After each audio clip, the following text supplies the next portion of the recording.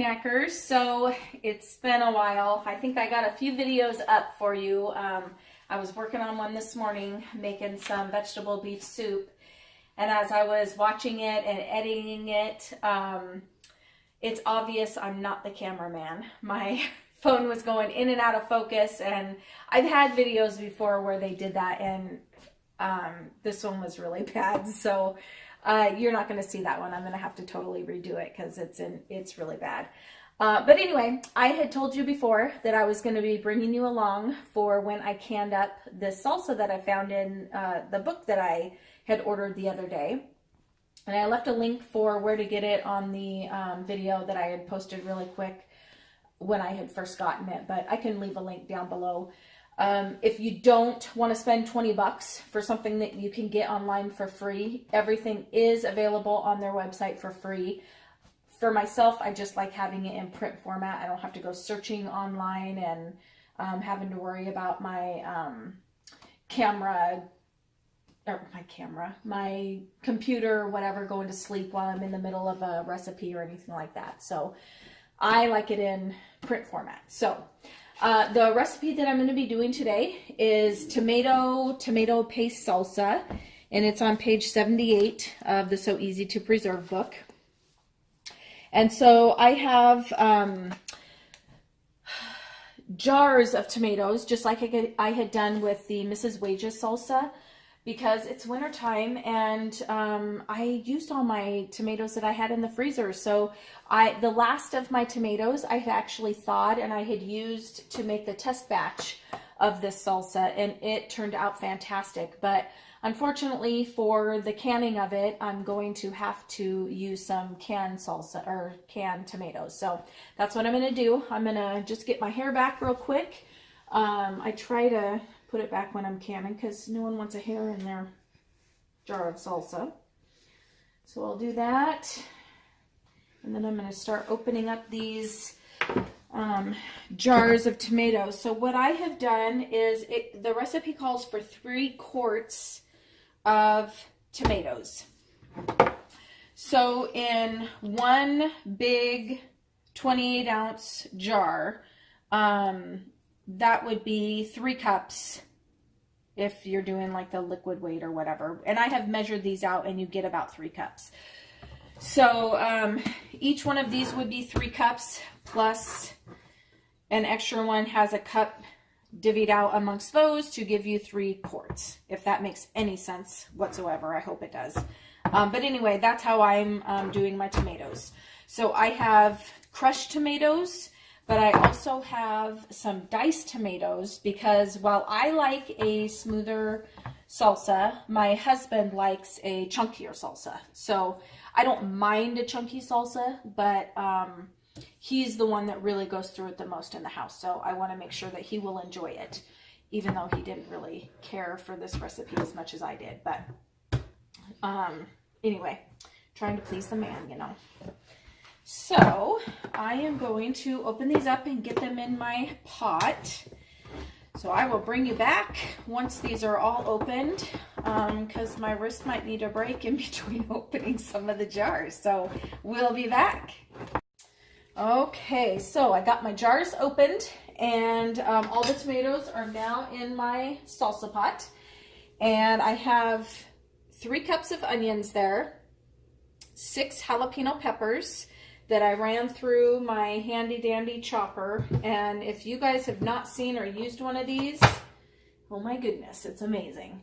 I did get a cheap version of, I think it was like originally the Vidalia chopper or something like that. Mine only comes with the small chopper size. Excuse me, those peppers are making me I would love to have the bigger size, because the bigger size, it would be much nicer, I think, for how we normally chop, the size that we chop when we're making our dinner and stuff. But for salsa, it works great. So I was just going to show you guys, the recipe also calls for, I think 4 long green chilies.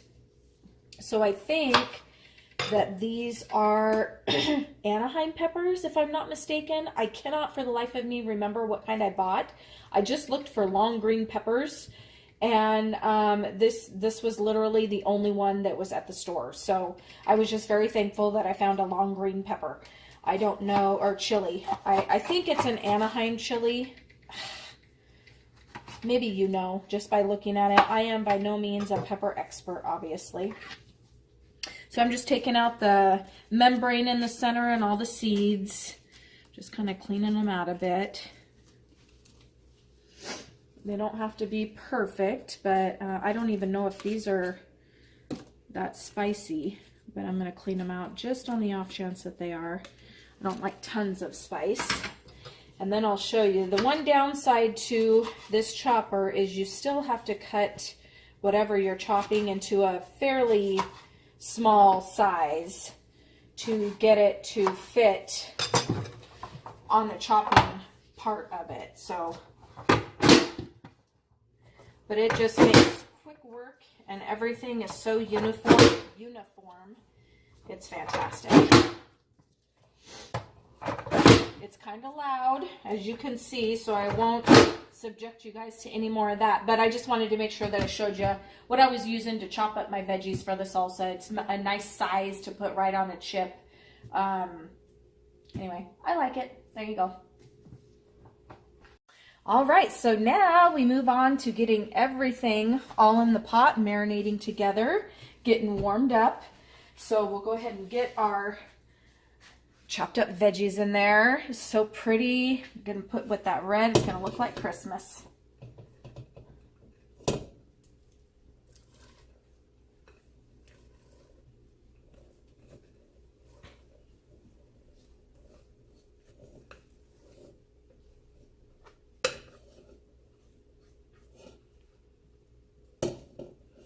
Make sure I get every little square of veggie.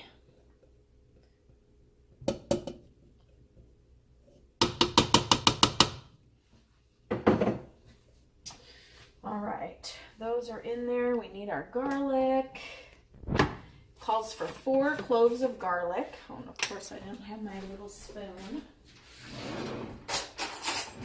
I always think I'm so prepared, but I always forget something. Okay, so about a teaspoon is equal to a clove. So we're going to put in 4 of those.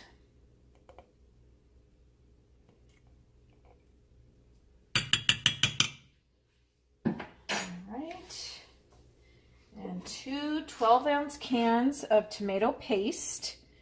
And by the magic of off camera, I got those lids off already.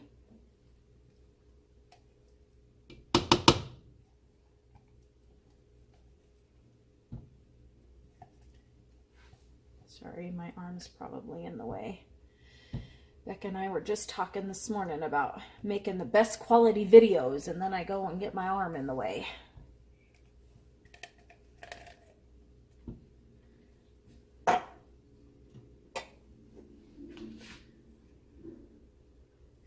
Yeah, I'm telling you, I watch some of these YouTubers, and I'm so impressed by the way that they're able to do their videos, and I don't have the patience to try to learn all the, fancy ins and outs. I just want to do it and have them turn out good, but I suppose you probably need to know all the fancy ins and outs, don't you? At least a little bit of it.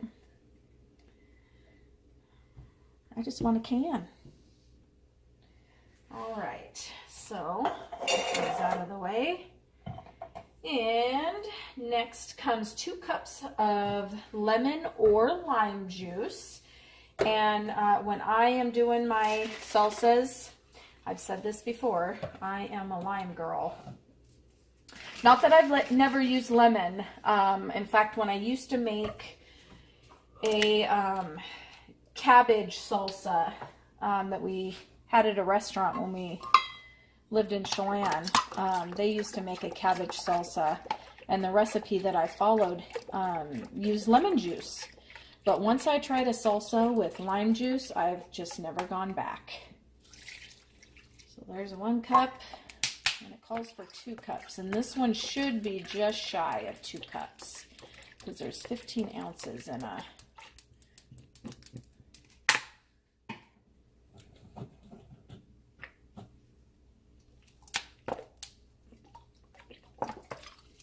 And we like a lot of lime. So you better believe I'll be tasting that before I can it up to see if I think there's enough lime juice in there. 1 tablespoon of salt.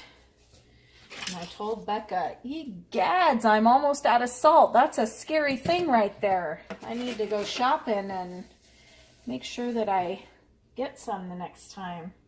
1 tablespoon. Yep, I just want to make sure it was a tablespoon that was called for. And it calls for a tablespoon of sugar, but if you watch the video when I introduced the book, I didn't care for the sugar in it. It's not a lot of sugar. It's only a tablespoon, so you'd think it would be just enough to cut the acidity of the tomatoes. But for some reason, for my taste, it just really came out really sweet. So, and I can't remember when I did it, if I had used sweet onions. Maybe that's why it came out so sweet. I don't know. But regardless, when I'm eating salsa, I don't want a sweet salsa. I want salsa. So I'm leaving it out. 1 tablespoon of ground cumin. Oop, that's not gonna reach in there far enough. Let's see if I can do this and get a good, that's one thing with cumin is it's kind of clumps together, but that looks pretty good. I'll do a little, there we go. All right, tablespoon there. Oh, and 2 tablespoons of oregano leaves. This is a brand new bottle.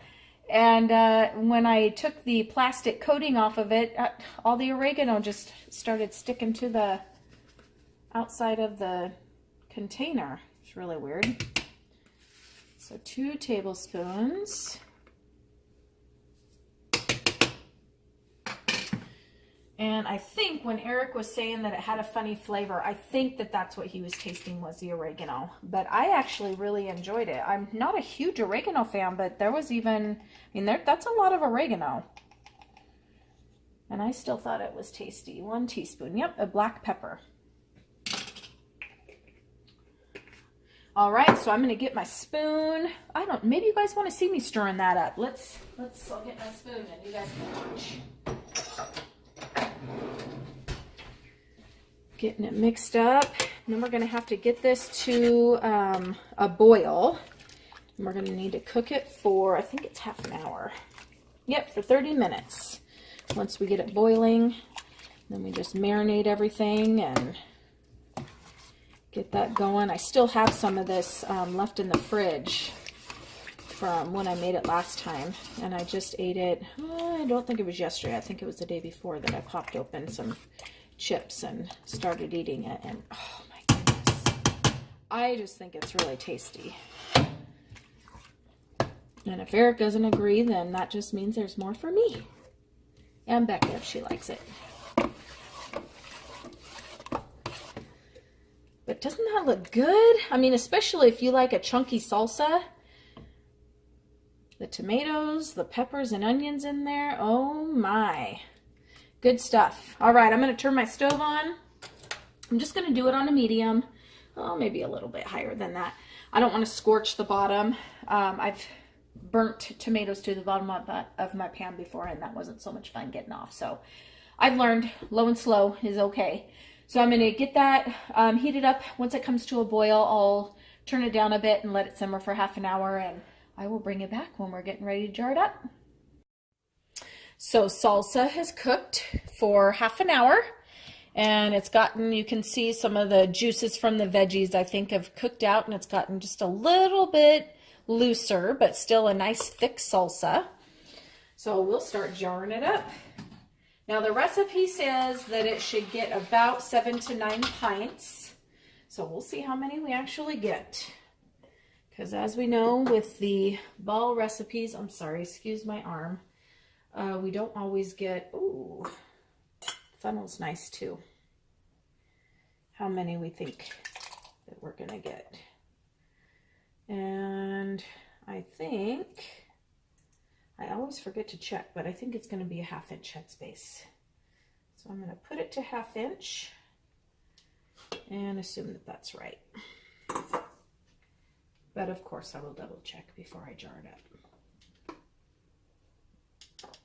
Oh my goodness, that looks so good.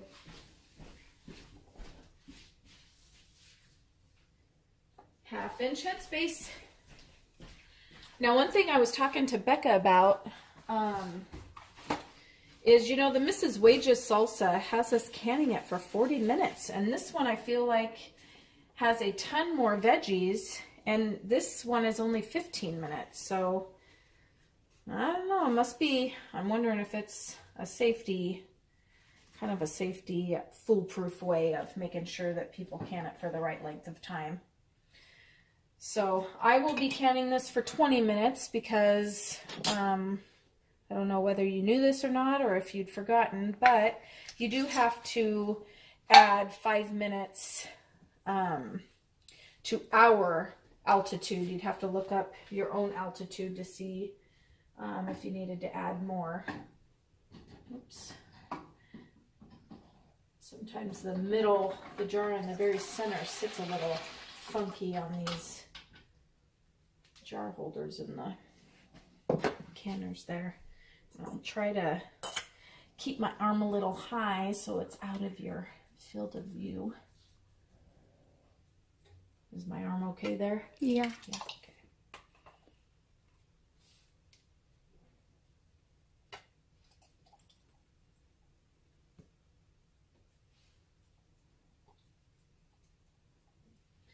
That might be a tad too much. Oh, maybe not. Yeah, I think that's just a tad too much. We'll see.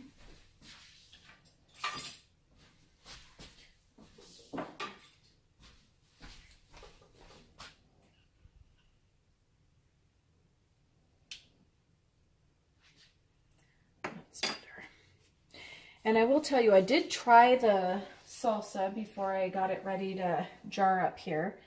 And one thing that I noticed is when I had made this previous, now I did leave everything fresh. I hadn't cooked it. But as it sat in the fridge, the heat kind of developed with it.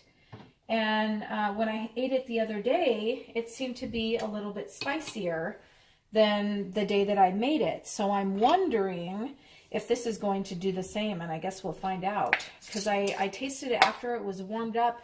Didn't taste any hotter to me, so we'll see. I don't know, maybe the jalapenos I used the first time I left more of the membrane on or something. I don't know. But with it sitting in the fridge and developing some of that heat, actually, I really kind of liked it.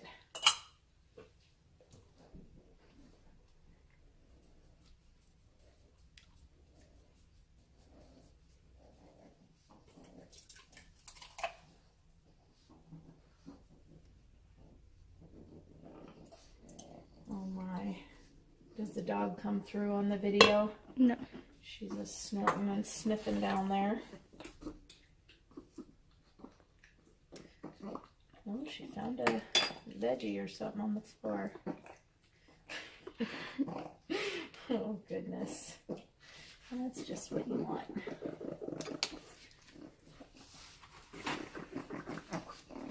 Pinky, get out there. Get out there.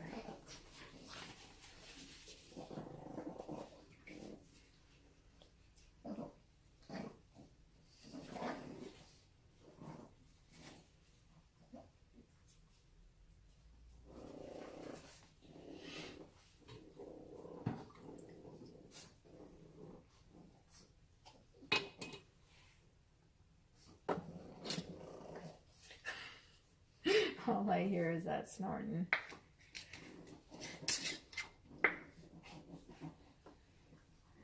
Did we show a close-up already?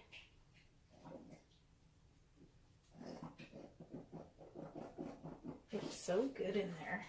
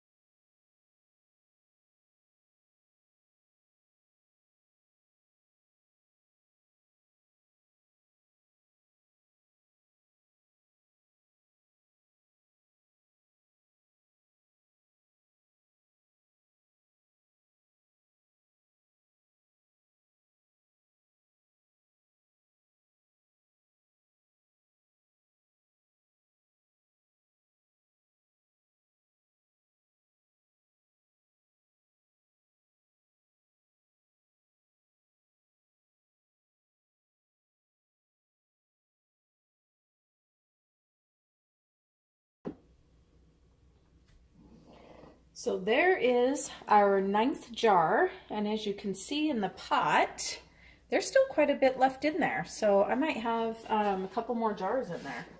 But we're gonna go ahead and get these going since only 9 fit in my canner here. I need to find a spot for that middle one. It's not really liking where I put it there.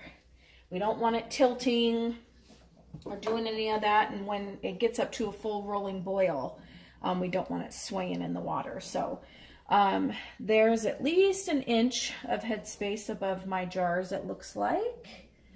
And if we want to know for sure, we can take our little thing there and set it up, and there's exactly an inch. You can see where the water line is on there. So we'll get that up to a rolling boil. Turn that up a bit. It'll take a few minutes to get there, but that's okay. As soon as that starts bubbling and moving around in there, we'll set the timer for 20 minutes for our altitude. And I'll bring you back and show you. I have my specific way of doing it with the canning process. Some people take the lid off and wait 5 minutes, or turn the heat off and wait 5 minutes. I turn it off. I usually wait 10 minutes. Then I take the lid off and wait another 10 minutes before I take them out. I've had problems with siphoning and things like that before into the water. So I tend to just take my time with it, and that usually works for me. So I'm going to get up to a boil and start the timer for 20 minutes. So we're at a boil. So I'm going to set my timer.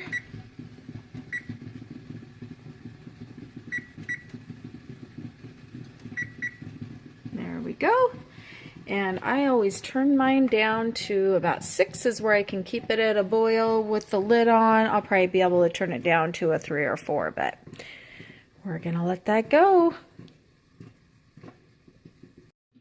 So I just wanted to show you guys, I have it turned down to a 3 now, and it is still going strong. So you don't have to keep it on high when you're water bath canning. Don't keep it on high the whole time. It doesn't have to be boiling that hard.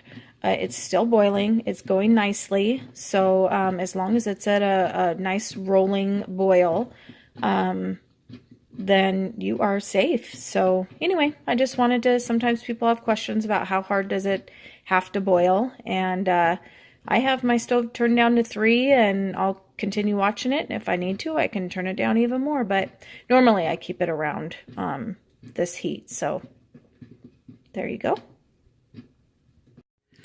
All right, our 20-minute timer just went off. I'm gonna shut that off, and we're gonna set that for 10 minutes. See you soon. All right, so the timer went off and I turned it off. Forgot to start the recording. So we'll get that off. Set that down. You can see there's still a little bubble every once in a while. I think that's coming up from the jars though. So now we're going to set that for 10 minutes again. Oops, yeah, push the right buttons. Woo, all right. See you back in 10 minutes, and that's when the fun begins. We get to take them out. Woohoo! Yay! They're ready to come out of the canner. The most exciting part of canning. Well, okay. Maybe the most exciting part is hearing the ping. The lid's popping. Yeah. You know what? I think I'll bring this just a little bit closer.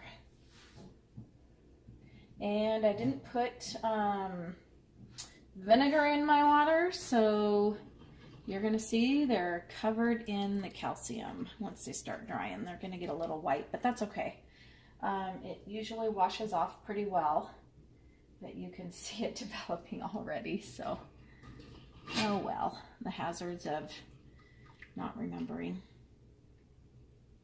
And it's not a safety issue, so you don't have to worry about that. It just makes a little bit more work for you scrubbing the jars the next day. But I can handle it. Haven't heard any pops yet. Hoping we get some on video.